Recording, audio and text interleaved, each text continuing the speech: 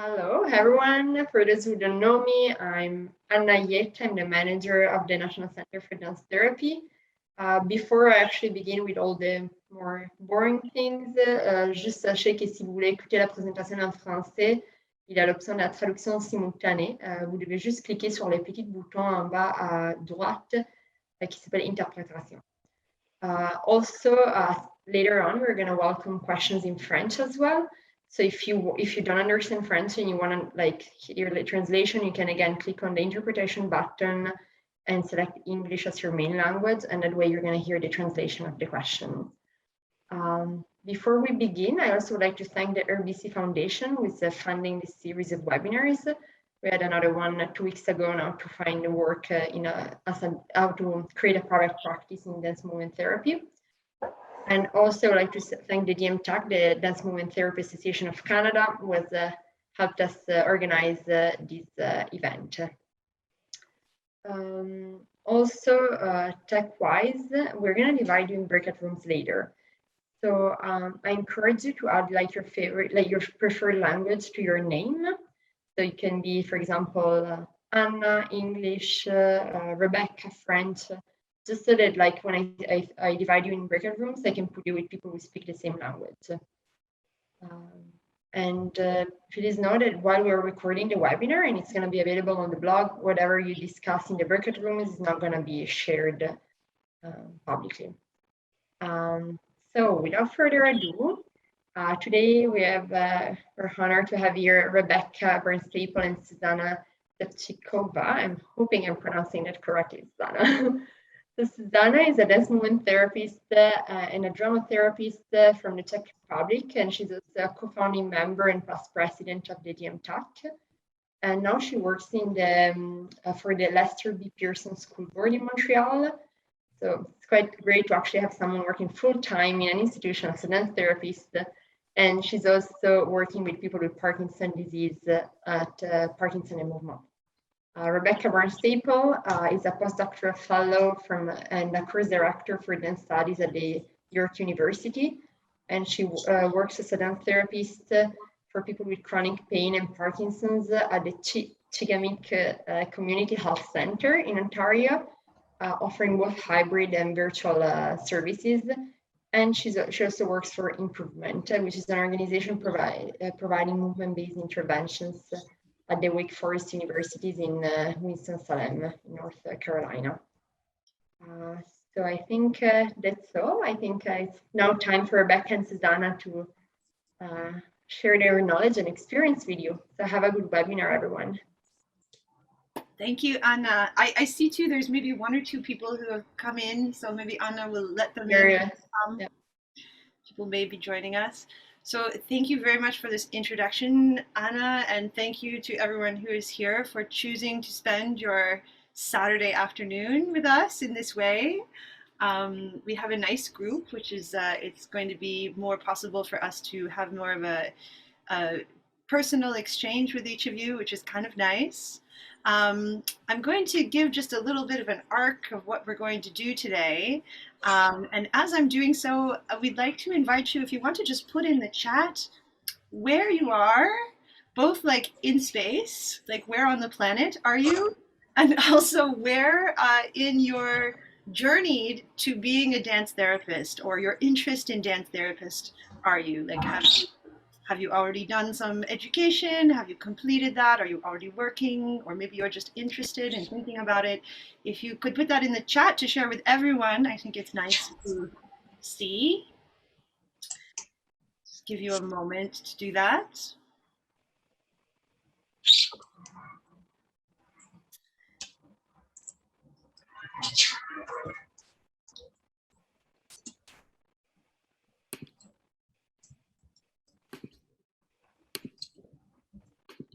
Okay, so we have someone has completed training in Montreal. A couple of people have completed training at the program at NCDT. Also doing a PhD at Waterloo. Cool. So what we're going to share with you today, we have a master's in psychology, interested in DMT from India. Oh, wonderful. Living in Ottawa, trained in dance movement psychotherapy in the UK, looking for work in Ottawa. Okay. So, what is emerging already just from these few responses and what we hope to share with you is, there are many roads forward in the world of dance therapy. Zuzana and I are going to share with you our stories of how we became interested in this work and what we're doing now. We also have someone from France, a psychomotor therapist, a ballet teacher, master's degree. Okay, so we will share with you our journeys from when this idea first occurred to us through our training into what we're doing now.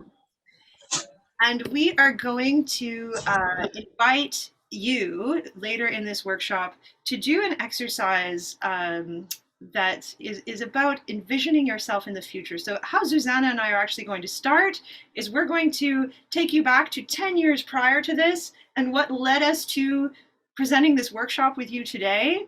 And we're going to ask you to imagine later in the session that you are giving this workshop in 10 years. And you're going to think about how did you get from where you are now to where you are there? So we're going to do a little exercise in productive imagination together. So just to clarify, because we'll tell our stories in that tense as if we're going back in time. So we're going to share our stories. We're going to do a bit of movement together that's going to be connected to how we're going to think about some of the major themes that are related to this work of working in institutions. We're going to give you some time to do a bit of journaling and thinking, reflecting and imagining. We'll have a little break, and then we'll have some time, just a brief period in breakout rooms to share some of your thoughts, and then we're going to come back together as a group. So it's not just us talking to you. We're going to try to make it a little dynamic and engaging. Does this sound all right for everyone?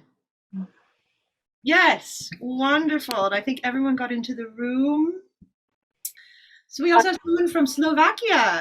I know, I see someone's there from Slovakia studying, completing DMT in Czech Republic. So I'm going to say dobrý den, because I'm Czech too. It's wonderful seeing people from all around the world, India, Czech Republic.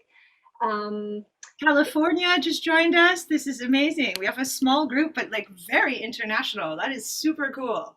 Rebecca was appreciative of you choosing to spend the afternoon on Saturday with us. I'm going to correct it slightly. It's just 2 hours. You will enjoy the rest of your afternoon according to yourself. But I just second being grateful that you are taking the time to listen to us and to join some creative activities that might be inspiring and helpful to you, to why you are attending this webinar today. I would like everyone to feel as comfortable as possible. So do what works for you right now in your spaces, camera on or off. Of course, for us, it's nice to have some visual feedback, but don't worry about us. We can do it with Rebecca. We will have our cameras on, so do not worry about us at all. I invite you to take on a posture of availability and use this webinar and the information we're going to offer to you to the best to yourself. Really just take out of it what works for you. If you have any questions, please turn on the mic and just ask. If you're comfortable typing it in the chat, Anna actually stayed with us. She's turning the camera off to give us all the space, but she will be helpful and supportive with all the technicalities and can let us know, oh, there are 12 questions in the chat. She will let us know. So take water, there will be a break, but you're in your homes and comfortable spaces, I hope. So take care of yourself and we'll take it away. Excellent. All right. So today is September 25th, 2021, and I'm going to reflect back on how I got to be here. So I'm presenting this webinar to you with Zuzana about working as a DMT in institutions. So I currently work in a community health center. And if I cast my mind back about 10 years to 2011, I was living in a small town after having moved from the big city, Montreal, to a rural location. I had been dancing a lot in Montreal, and coming to this place, I really missed dance in my life. And I had this idea that I wanted to do dance with people who were not dancers. That was where I started. One day when I was feeling particularly lost somehow via the magic of the internet, I saw the announcement for auditions at NCDT for the first cohort training in dance therapy in Montreal. And as soon as I saw it, I felt that is how I can go further towards this dream, this idea of dancing with people who are not dancers and supporting in some way their health, their well-being, feeling better. It was pretty vague at the time. So I did the training at NCDT. I graduated with the first cohort. So that was back in 2015.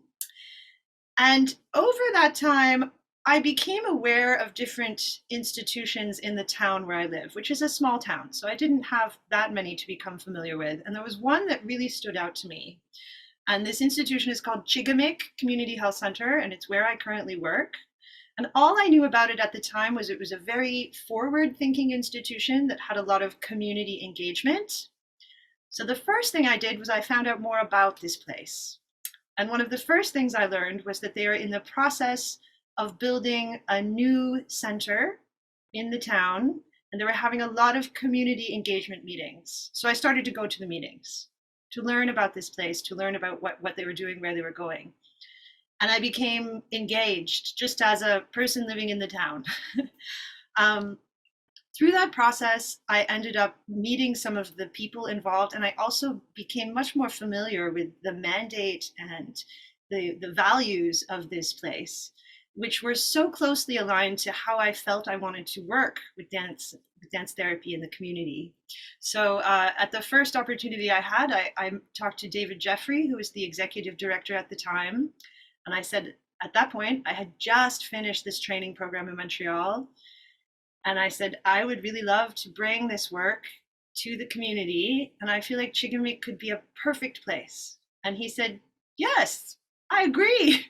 And he invited me to come and talk with him, their program manager, and someone who manages the traditional healing program.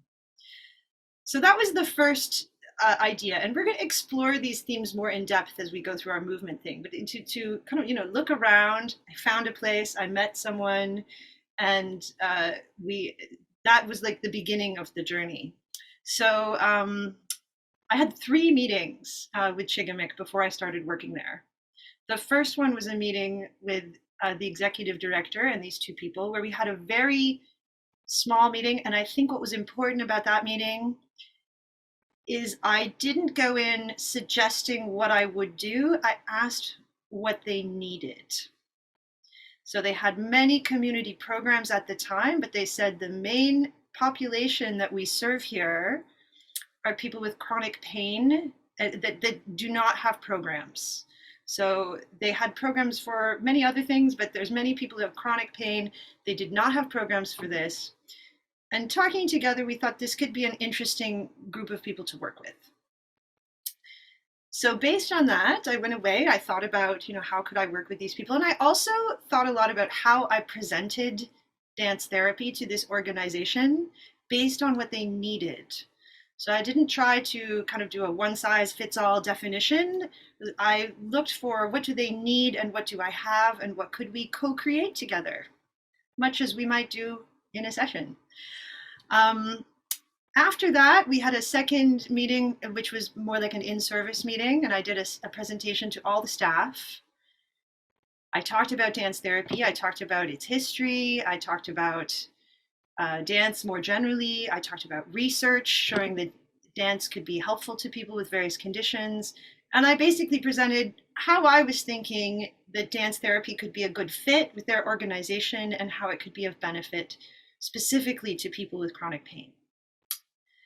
Then there was a third session where I did a demonstration, and all of the people who were referring staff at Chigamik came. So the doctors came, anyone who would refer people into my program came, and we had a session together and asked questions and had an experience together. And also with that session, I remained open to who are the people right in front of me? How can I give them an experience that's for them, but that also might help them understand what we could do with people, the target population. Off of that, back of that, we started a pilot program that was 12 weeks, and it was for people with chronic pain. It was really well received, but I think that idea of having a short-term program that allowed there to be an assessment and evaluation of the impact of the program was really important. Like, I didn't propose immediately starting with a full-time position. I said, let's just try this. I think that was very important in this context. And it was very well received. And we also got a lot of media attention for it because it was very unique and unusual. There weren't services for this population, and people got very excited about it. Since that time, I've continued to work at Chigimik. I started several other programs. I started a program specifically for people with fibromyalgia because that was like a subgroup within people with chronic pain that didn't have services. I started a group for people with Parkinson's and their care partners.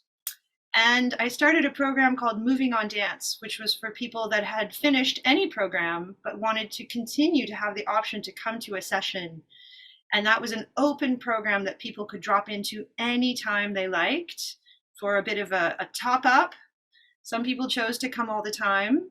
Some people just came when they needed to. But some of the feedback from having a closed, like a session that ended, was that some people said, you know, when it was over, like, I'm not better. If you have chronic pain or a chronic condition, it doesn't go away. You're not cured. So they wanted to have a continuation of service. So that was something that was introduced in response to what people needed.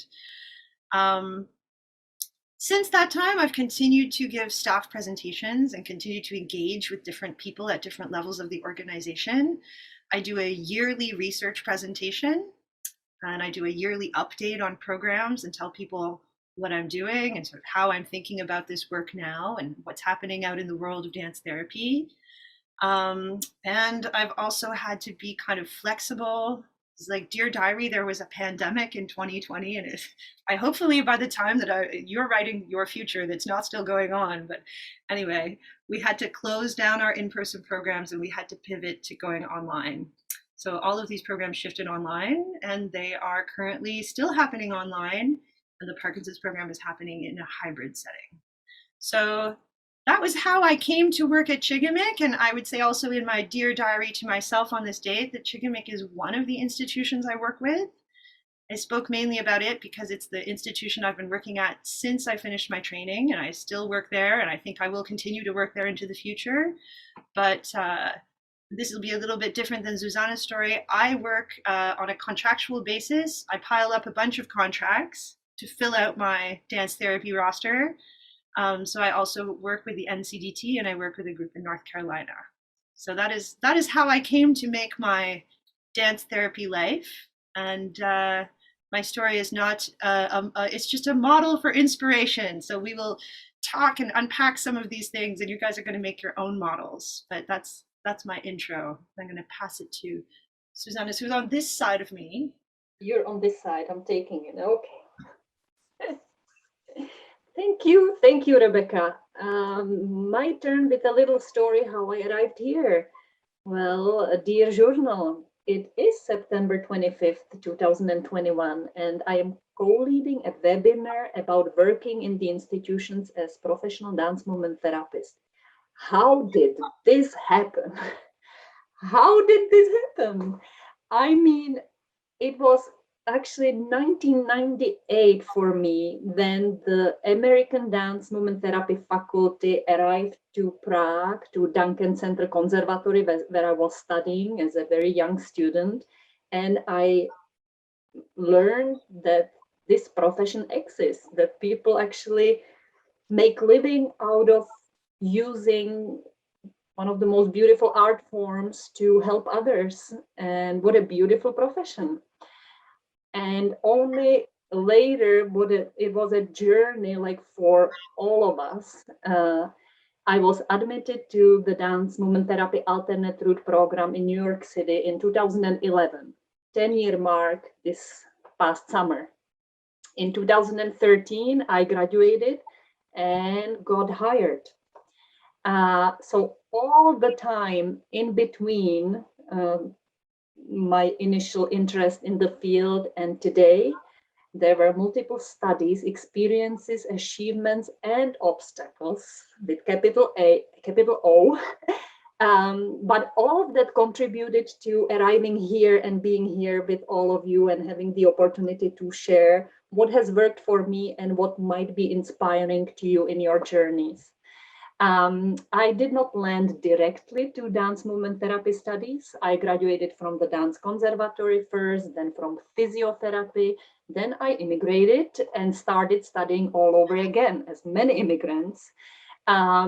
So the first usual immigrant hardship was going through language school, learning language, working in a bakery and hearing comments from the customers return where you came from if you don't speak French, etc.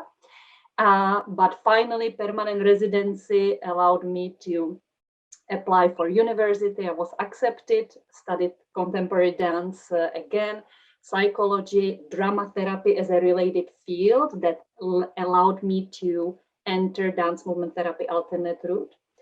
While I was doing all of this here in Montreal, I co-founded the Dance Movement Therapy Association in Canada with Jonah Bissac and Farah Fancy and many other students.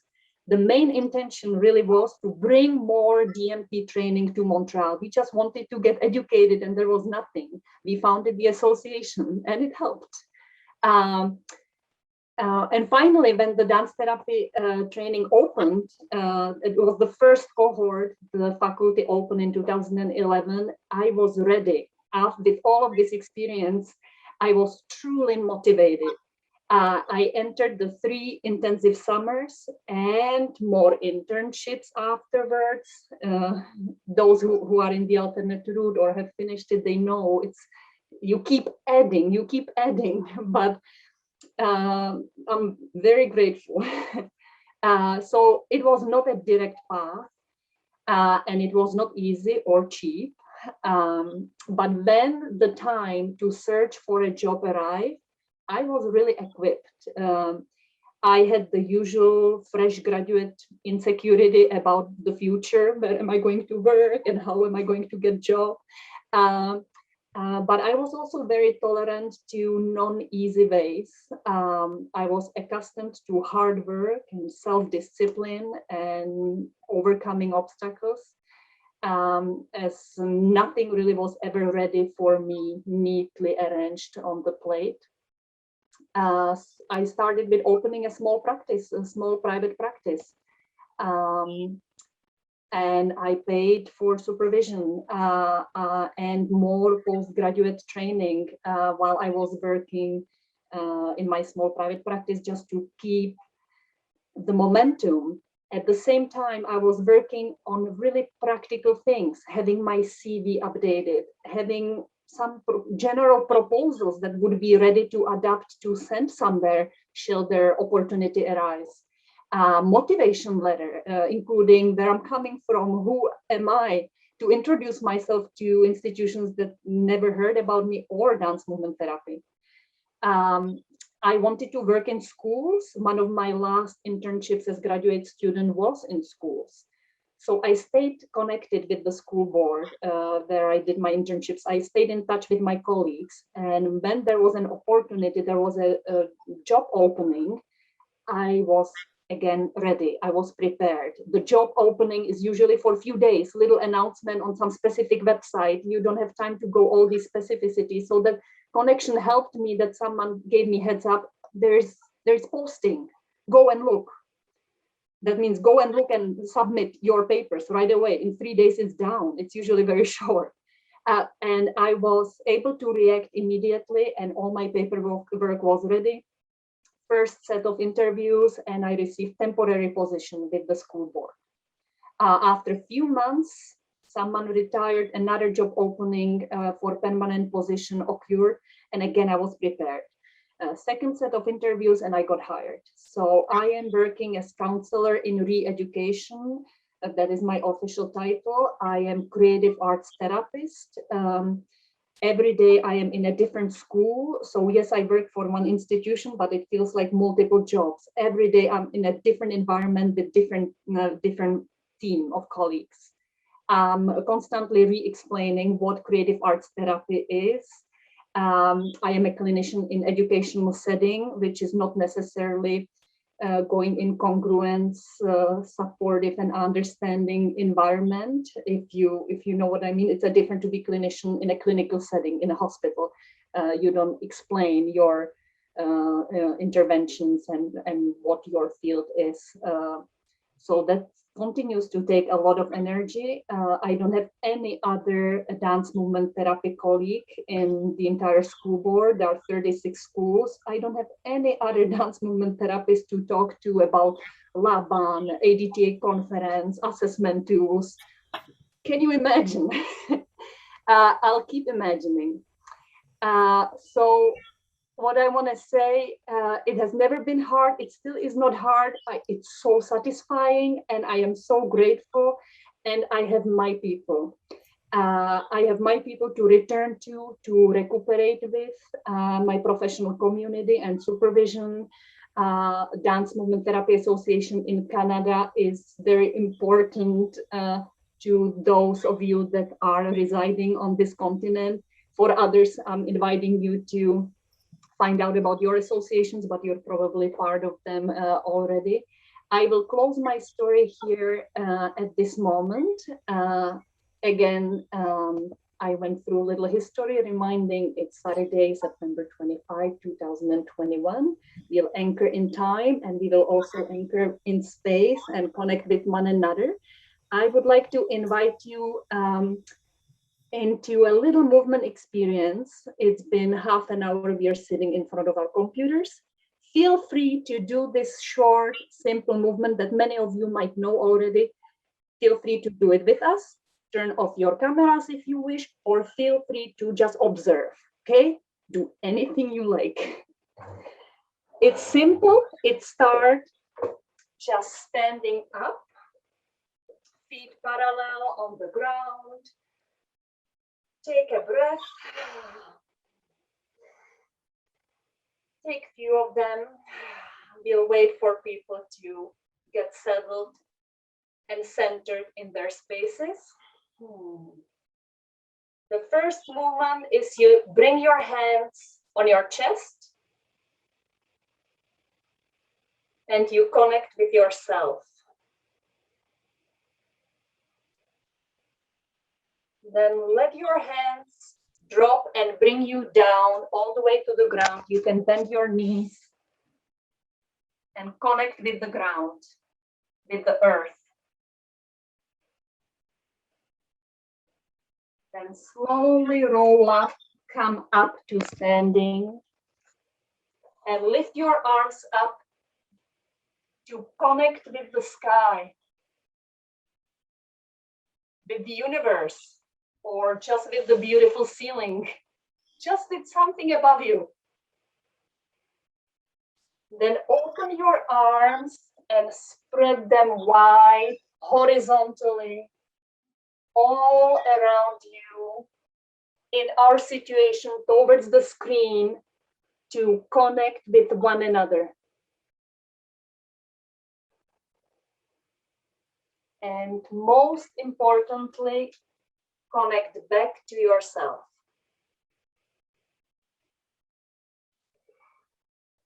Take a breath.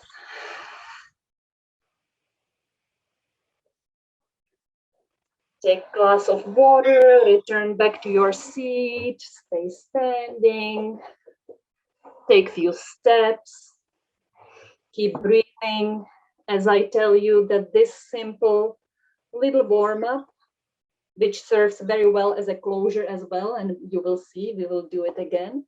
It comes from Isadora Duncan. So it's a little Isadora Duncan connection. And we are going to use this with Rebecca as a frame for our remaining time of this webinar. We will take one of these each of these 5 movements as a symbol to explore some of the themes that might be helpful or have been helpful to us when we were looking for jobs and looking for how to establish ourselves as professionals in institutions and in the field. So Rebecca, the very first one is connect with yourself. Connect with yourself. Yes, so important. So everyone who's here has a self. Definitely have this. And as we're going through, since we are a small group, feel free if you want to interrupt with a question or a comment. We will have time for a group discussion at the end, but feel free to jump in earlier if you like. So we wanted to start with know yourself, because I think something that is so important, especially I definitely see it in the field in Canada, is because we don't have a very clear path towards certification here yet. We're reliant on applying to the American organization. There are things that many students feel they don't have coming out of the training program. But if we flip that around, everyone who comes to this profession comes bringing something. So to reflect and begin with know yourself. What skills do you have? What have you come here with? You definitely have something to offer. So as long as we are clear about what that is and clarify it to yourself, as Zuzana was saying in her story, she had so many things that she did. If she goes through and writes down what her skills are, she's also trained as a physiotherapist. And, for me, I had like a lot of background in dance education. So, for each of you, there's something that you are bringing to this profession, even if you're just taking the first step on the path and you haven't even completed formal education yet, you have things that you're bringing with you into the profession that are also going to be your particular flavor of being a dance therapist. So even as you progress, when you are giving this webinar in 10 years, you will be talking about your particular way of working that is going to be influenced by who you are and what you bring to the profession. We do not come here with nothing. You bring something with you. So that is our first know yourself. Zuzana we will expand on this together. Know yourself and add to it anything that's meaningful to you. Know yourself on personal level. As I said in my journey, it is still so challenging to be lonely, kind of, being alone, working alone. I haven't heard of dance therapy institution yet where there would be posting for 15 dance therapists full time and they will have weekly rounds to talk about cases. That is a dream. So it is still difficult to fight and prove for what we believe in when we're alone in it, when all your colleagues are from different professions. So knowing yourself, your value, who you are personally and professionally, and that is changing over time because all of us, we keep accumulating experiences and education and just growth. So acknowledging, giving yourself that little time each time you're about to take a step, take a decision, make a phone call, look forward, just that little acknowledgement of connecting to myself, acknowledging, looking back. Yeah, I've done all this to be here. Yeah. And to that also, at the beginning of my story, I said, when I came to my town, I kind of got to know the institutions here and things. Knowing yourself can really help clarify for you what population do you want to work with, in what kind of setting do you want to work. The wonderful thing about dance therapy is it can really happen in so many different types of places and with really anyone from any age, any ability. So knowing yourself can also help you identify, where do you want to bring this work, with whom, and in what kind of setting. I think I was drawn to Chigamik because I had been doing more work with the indigenous population here, and I knew that this was a place that brought together people from Franco, English, and indigenous communities together. So that helped me, that's something I'm interested in doing, something I'm interested in engaging with. So for each of you thinking about that from your background, You know, you don't have to work with everyone. Who do you want to work with? Next movement is connect to the ground. It's what we chose in the sequence. You can go up or down. You can, as long as the frame of you at the beginning and you at the end stays, you can play with the sequence. But we chose for today, reach down and connect with the ground, connect with the earth. And symbolically for our webinar, this would be the theme for us to explore. What are the grounds that hold you up? What are the grounds that you take wherever you go? It is your ground that supports you in any environments, in any times. So this would be really, what is your education, your specific skills you're equipped with? What are the experiences you're standing on? The success is an achievement. And also I'm thinking the idea of the ground is also to be grounded. So as much as, you know, thinking about what you've done, to be clear also about what you haven't done yet. So and this can also, this doesn't have to be a barrier. This can unlock a door. I mean, for me, I think when I approached Chigimik, I was very clear, having completed this training, that I was not fully qualified to work as a mental health professional within this hospital setting. So I never suggested that I would or that I could. I let them know that dance therapy traditionally is coming from this background of working with people in a mental health capacity, and that it has the capacity to support people's mental health. But I said, for me, this is the training I have, and this is what I am able to do with you right now. And I was also very clear that I'm on this path. I'm not done. I haven't done all the things I need to do, but I still can do something. And so I proposed working with people who were more coming from a neurodegeneration position, or with elderly people that I did feel I had experience to work with. So to be grounded in what you have to offer can be a way of just really presenting yourself professionally and reasonably, of being like, this is what I have, this is where I am on this path. And at this point, I still can bring you something. And being also expressing a willingness to like work together with people. I think being grounded is also being humble.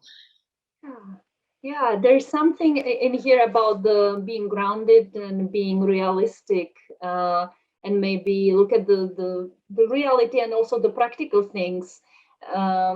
Like I said in my story, what can I do with what I have, and what can I do right now?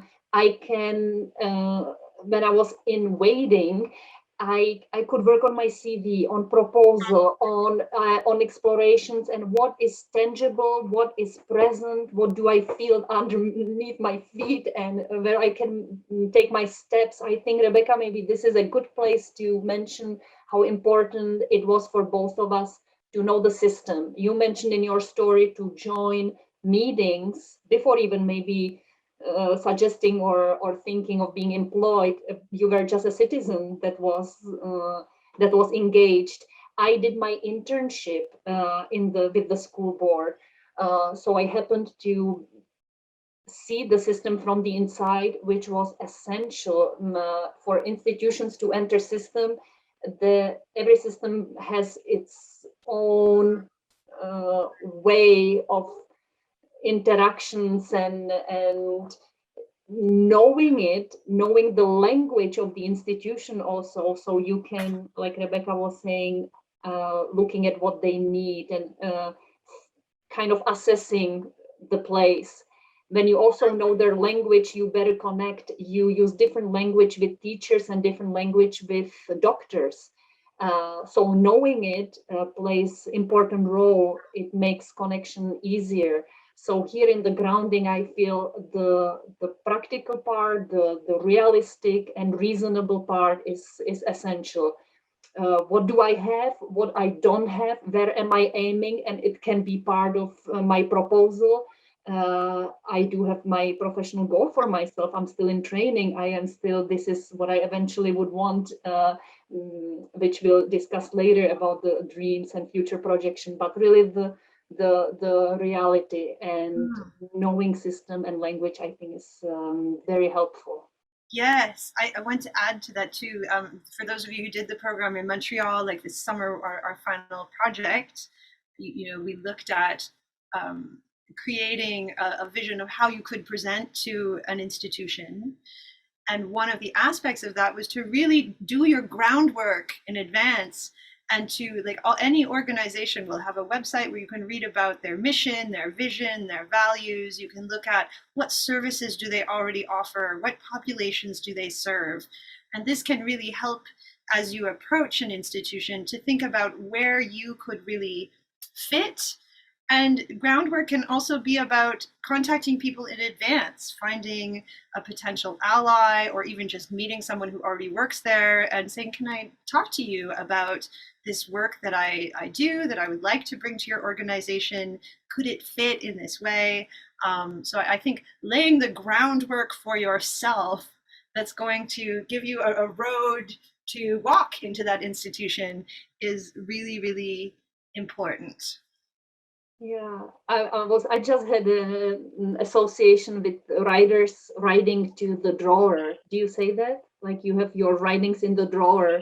Maybe it exists in Czech and my colleagues. Okay, let's try to make an English translation, because that sounds like a great expression. What does Because writings in the drawer mean? It's like you don't have a publisher yet. You don't have, but you are so full of inspiration. So you are working. You're writing. You're working on your novel, but it's sitting in your drawer.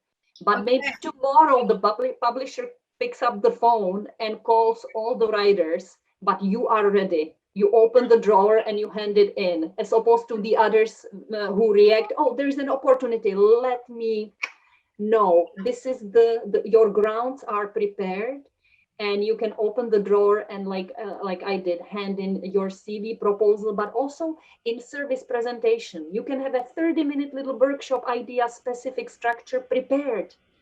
And when there's an opportunity, we're not sure, but maybe we're interested, curious, could we have some experience? Yes, I'll come tomorrow at 3. Have open space ready, 15 people, and I'll provide an experience. And you will have the confidence and preparedness if you do the work before. And so there is no waiting. There is always work that can help you prepare for when the time comes, and time comes. Opportunities. Make your roots strong in the ground. There's a wonderful Tom Waits uses that expression. Luck is when opportunity meets with preparation. So I guess the ground is also, this is your preparation. So when the opportunity comes up, when you have the chance to talk to someone, when someone posts something, you are ready to go. I thank you, Anna. I saw someone came in. Welcome, Sharon, or welcome back if you were here before. So maybe in our sequence, in the next movement, we are connected to the ground, and our hands bring us up to connect with the sky, the universe, something above us. And symbolically, we really thought, aim high and aim forward, be bold, take risks, don't stop your dreams. We got ourselves grounded. Your feet are still on the ground. Rebecca even said your roots are growing deep. You are very stable. Let this be free. You're starting a new career. Dream. So like Rebecca already mentioned earlier, what population do you want to work with, or do you wish to work with? This is the creative part that might also meet the opportunity, shall it arise. What institution, how, in what manner you want to be engaged, like Rebecca said, multiple contracts or full-time position. What would you like? What would you like to explore? What would be your goal? And maybe you're not sure, maybe you don't know, and even better, because you can explore even more. The possibilities are endless. Well, I think too, I love your tree image, because if your roots are grounded, you can blow a little in the wind. And in a few moments, we're going to invite you to do this visioning exercise. And I really invite you to envision not just where you can go, but where can this field go? Because this is part of it. you're coming from different places, different countries. In Canada, dance movement therapy is a fairly new profession. As you're talking to one of the founding members of our professional association right here, and that was not so long ago that it was founded. So, as we are growing as professionals in this field, the field is growing and evolving. So we do not have to be stuck with what it has been. It's good to know what it has been, as this is part of the roots, but we can also envision together what it could be or what it might be. And that includes things like, working with people over Zoom. I never thought that would be a thing. I think in 2016, someone asked me if I would do dance therapy by telehealth, and I was like, no, that will never work. And now that's probably 70% of the work I do. Also, there's things like we didn't expect there to be a pandemic. There's people recovering from COVID. We have people with long COVID. This is a whole population that didn't exist before. What is going to happen in the future? What are the needs of people? Health needs, social needs, mental health needs. How could we address those needs? And how could the field of dance therapy continue to evolve, and change with the wind?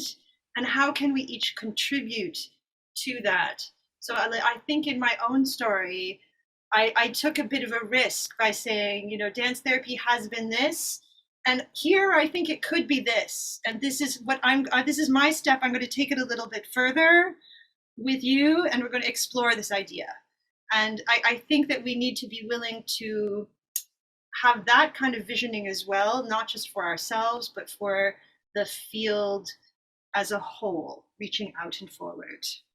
Yeah, and I'm taking from you the gesture and the image of the free flowing movement in the wind. And just to add, when you were saying what are the potential clients' needs, the society needs, the population needs, I'm going to add in, never forget about your own needs as we are accumulating this movement sequence.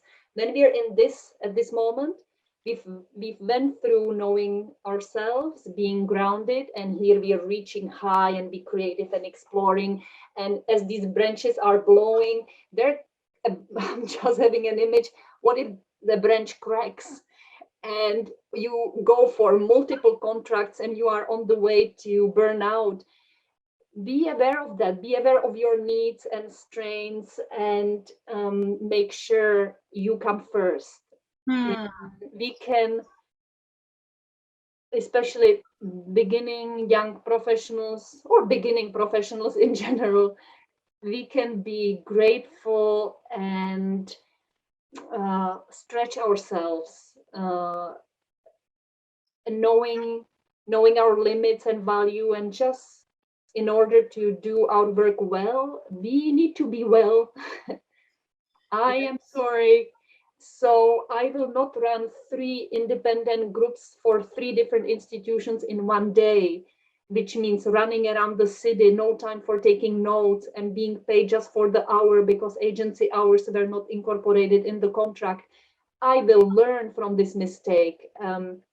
Next time I'm doing my groundwork, I will prepare my limits and contract that will include agency hours. This is just a little example of what also can happen as we go wild and we see opportunities, and we're so positive and grateful for, you want me here, finally, thank God I'm being showered by opportunities, I'll take them all.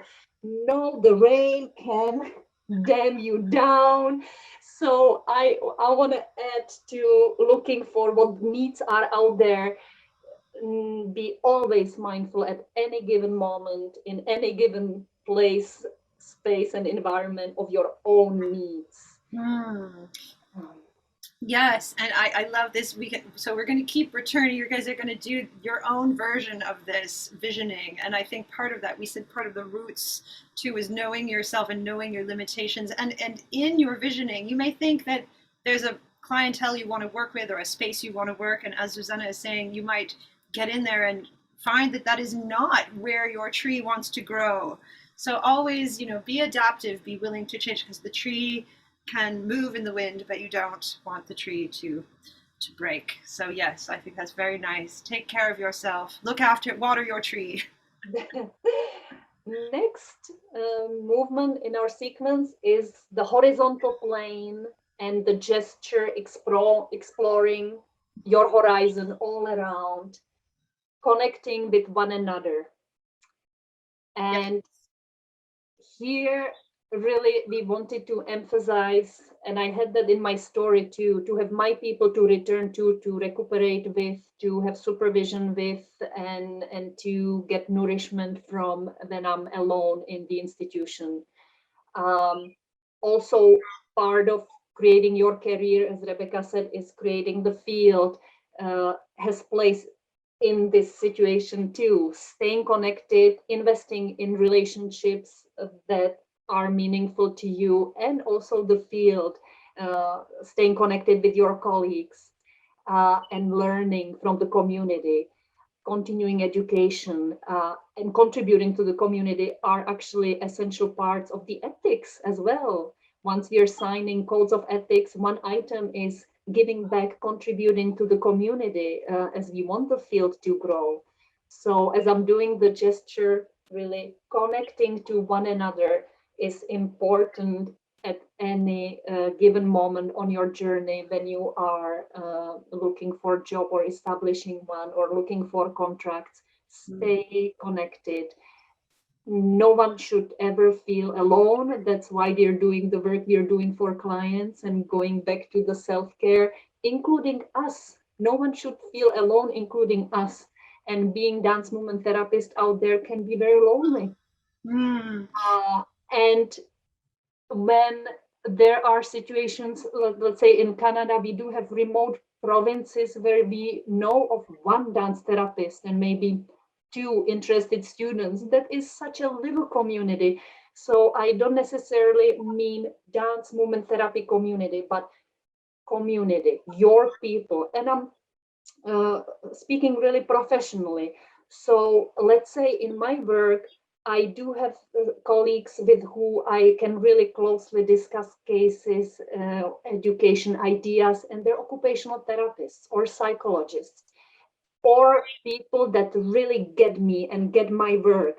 So, and it takes only one that can make a big difference when you have that lonely moment in a large institution of professionals that don't really get you yet. It all takes just one.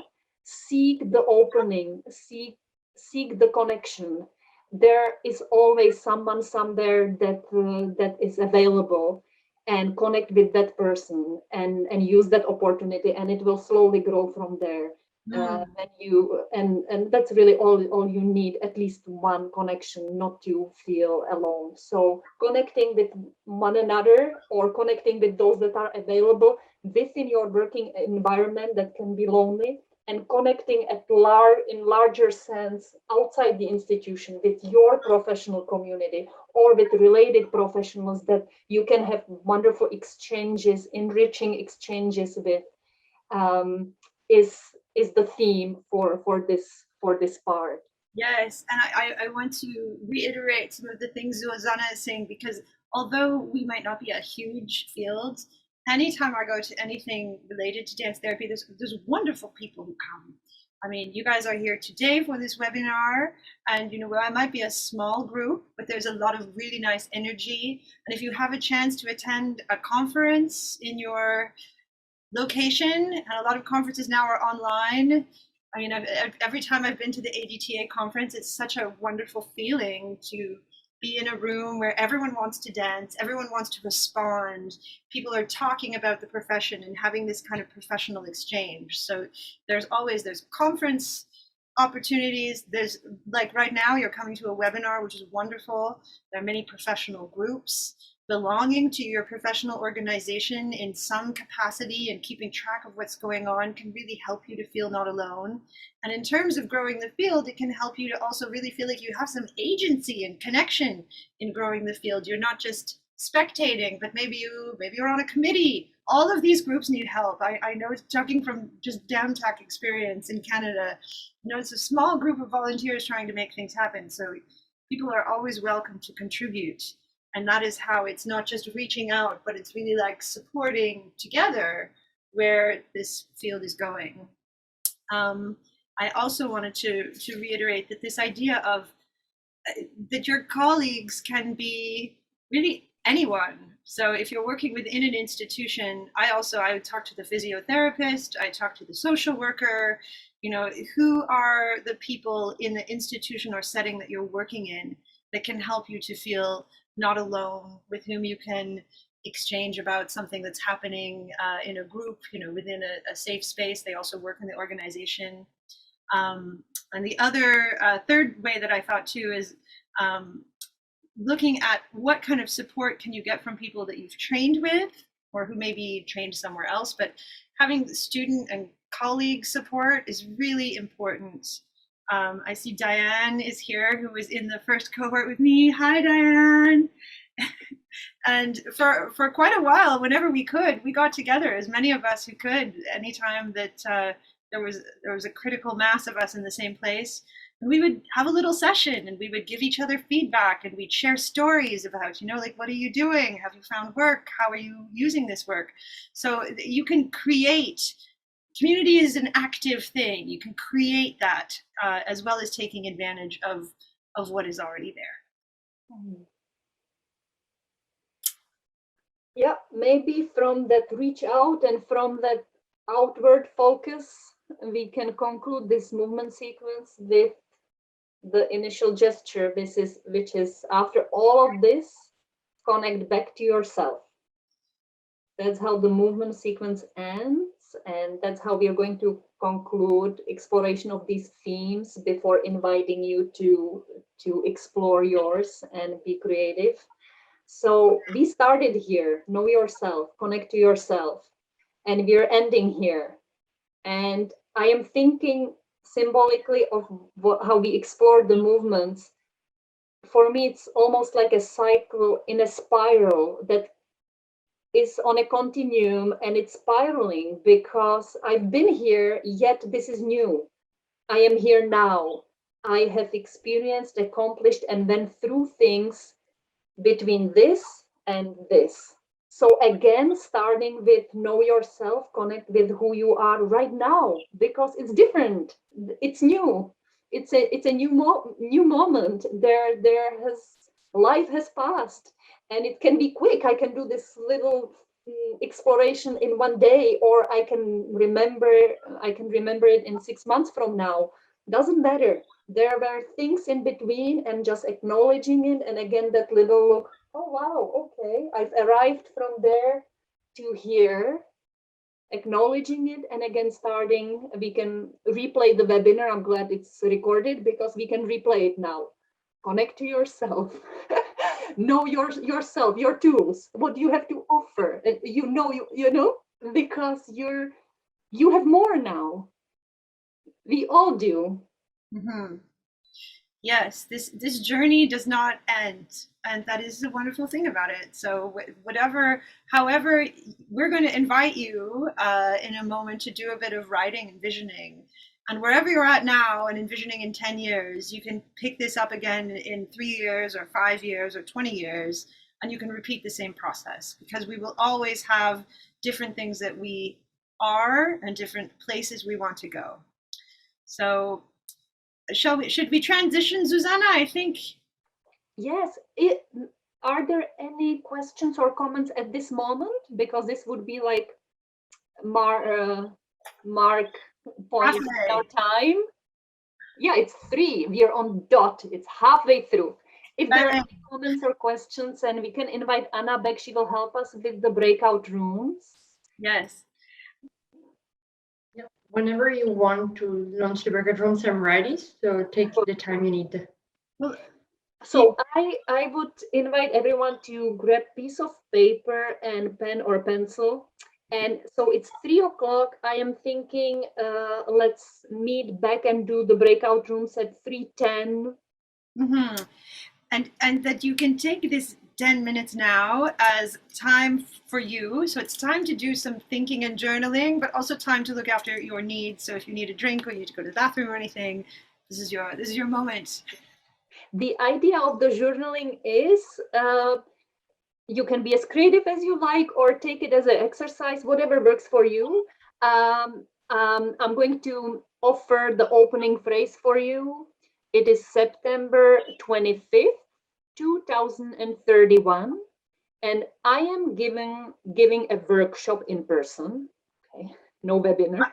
I don't know. Maybe not. Maybe it's like a robot avatar. I don't know. First opportunity for your creativity. I am offering dance movement therapy in institutions workshop. How did I get here? Yes. Why did they ask you? Why did they ask me to do this? How did I get here? So, which leads to put in your journal what institution you work in, what population you're working with, what helped you to get there, because you are there. In 2031, you're working in some institution or in private practice. Okay? You know where you are in 10 years right now. Be creative, have fun with it, explore it. And if you need more guidance, you can look at these five movements. What helped you to get there? What helped you from who you are? What helped you from the grounds, from the practical, realistic things? What helped you from your dreams and visions and desires? What helped you from the community, supervision, education, conferences? Look at the 5 little bullet points, or be creative, or do anything you want, or nothing. Take a pee break. Let's meet at 3:13. 3:15. Breakout rooms in where you can share and you can read from your journal if you like, and or just chat. Does this sound like a good plan? Okay, we'll see you back here then in 10 minutes at 3:13, and we'll do a little recap before sending you off, and then we will come back. So do as you need, take some notes, and Zuzana and I are around if you want to ask anything. Good. Have a nice vision time. Zuzana, I let Rebecca know, but I have to step out. But thank you so much for everything you shared. It's nice to see you as well. Great. Thank you, Eden. Thank you for being here. Bye. Have a good weekend. Yes, take care. Thanks for coming, Eden.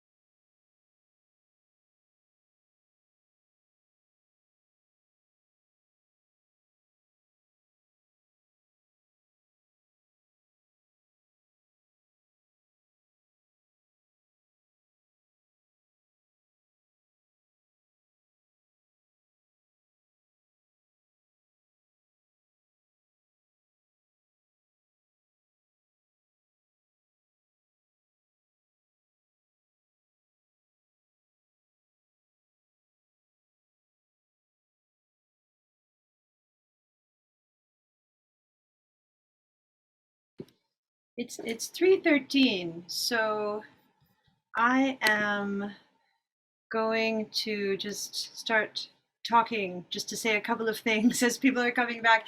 There were a couple of questions in the chat, and I dropped a couple of resources in there, but just to say there's a couple of kind of more general questions about dance therapy practice and entering into the profession and things like this. So if that's something that you're interested in, that's a little outside the scope of this particular workshop, but you might get some information from talking to people in your group and from the group discussion.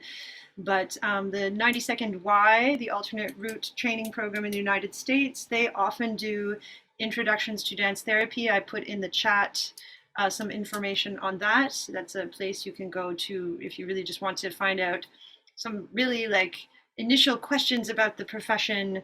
My friend Cecilia is one of the teachers there. I think it's a nice way to engage. And also there are auditions coming up at the National Center for Dance Therapy, and as part of that audition process, there is an introductory workshop to dance therapy that will be taught. So that's also an option. It's a place to come and learn more about the practice more specifically before becoming engaged in it. So if these are questions you have, I encourage you to check out one of those resources. I'm also wondering where Deepika, if I say the name right, where she is located, in what country? She is in India. So, oh, Deepika, also I could send you something. I know that there is going to be a conference coming up in India in December the 4th and 5th. So I'm not sure if there will be some general workshops there, but you could check out in your own country. But I know there is a workshop coming up in India. There's also Indian Association of Dance Movement Therapy, and as we mentioned in our exploration, the professional associations are often very good start point, because it's the community that established itself especially for the purpose to provide information. So from our experience in here, we do get mostly emails: where can I study dance movement therapy? How can I become dance movement therapist? Where can I work? So the professional associations in your home country are always good resources for education, reading lists, community opportunities, internationally also, because the associations communicate internationally. So send them an email. There's the Dance Movement Therapy Association of India, and there's also the Creative Movement Therapy Association of India. I just put them in the chat because that's who's having the conference in December. There's also a European association that's very active.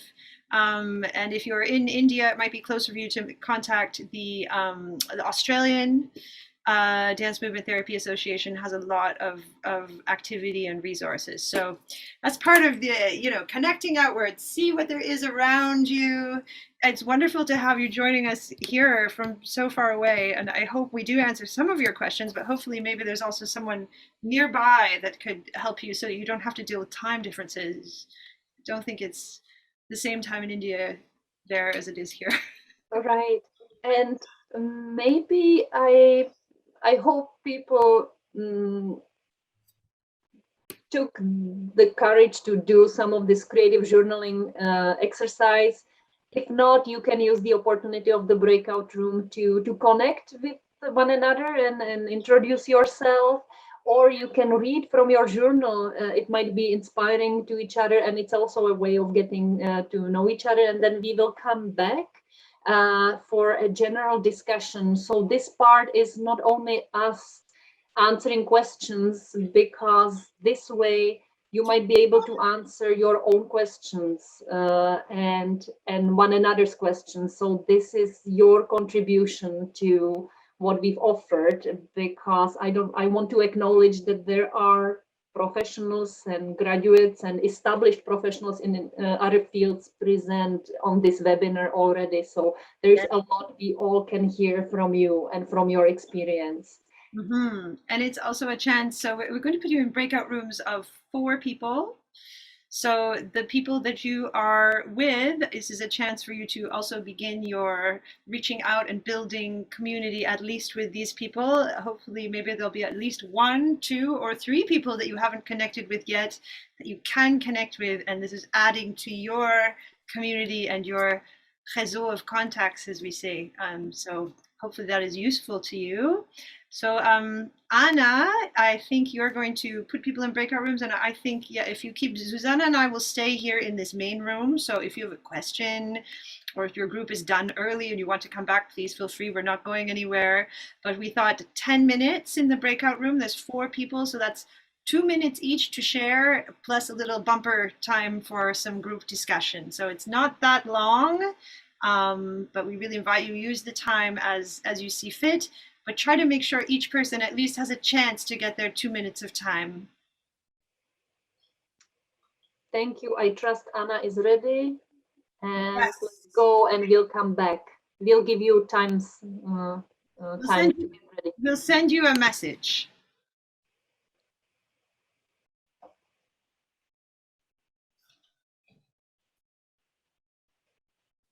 Cool, I think everyone is there. Good.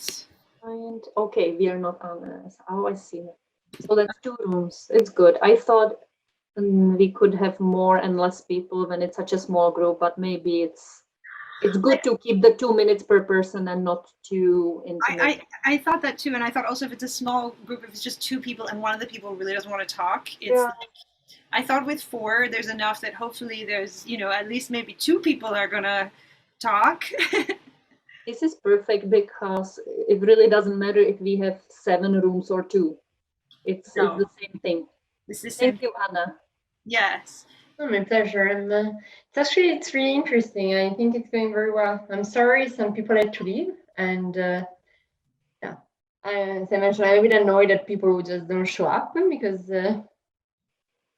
yeah, but I think it's going well. Yeah. Well, maybe I should stop the recording. But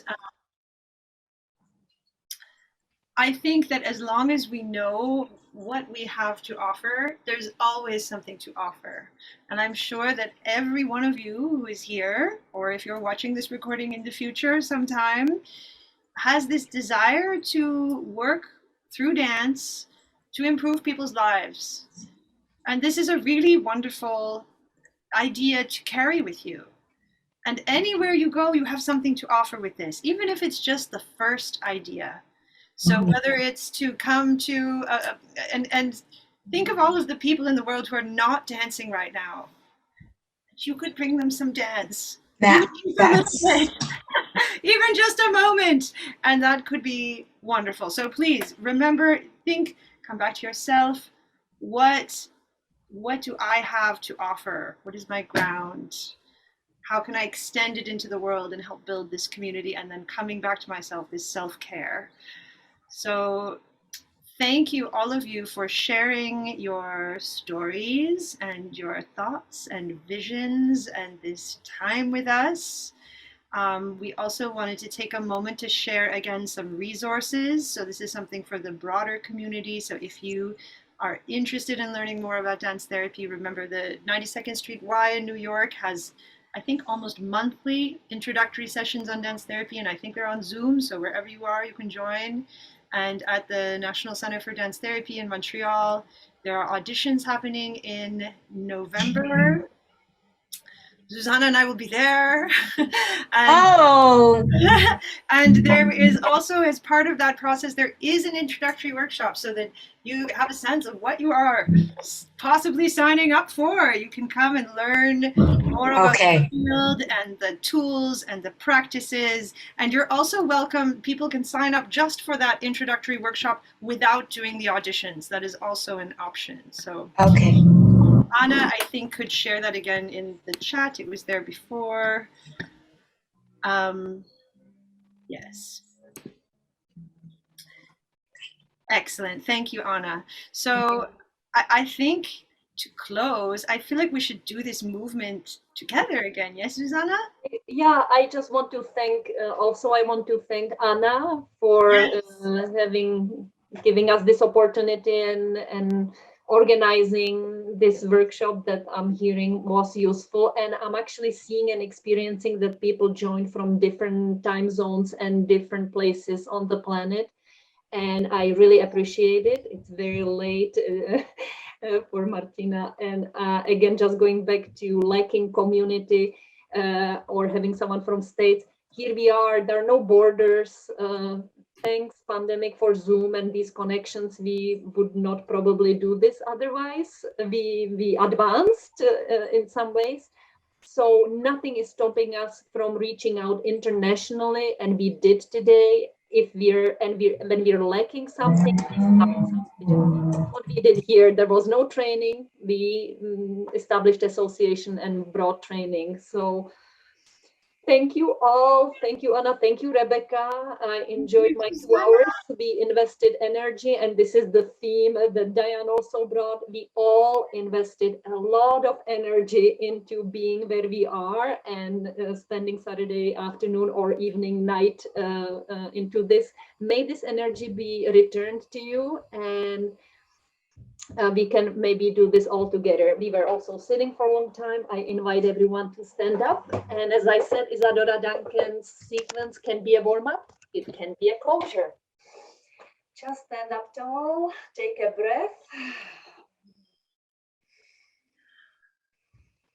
Yeah, maybe stretch a little bit if your back is achy. Yeah, or twist. And take your hands. Connect with yourself. Let your hands drop and reach down to the ground. Connect with the ground. Connect with the earth. Slowly roll up and reach up. Connect with the sky, with the universe, or the ceiling, whatever you believe is above you. Spread your arms horizontally to connect with one another.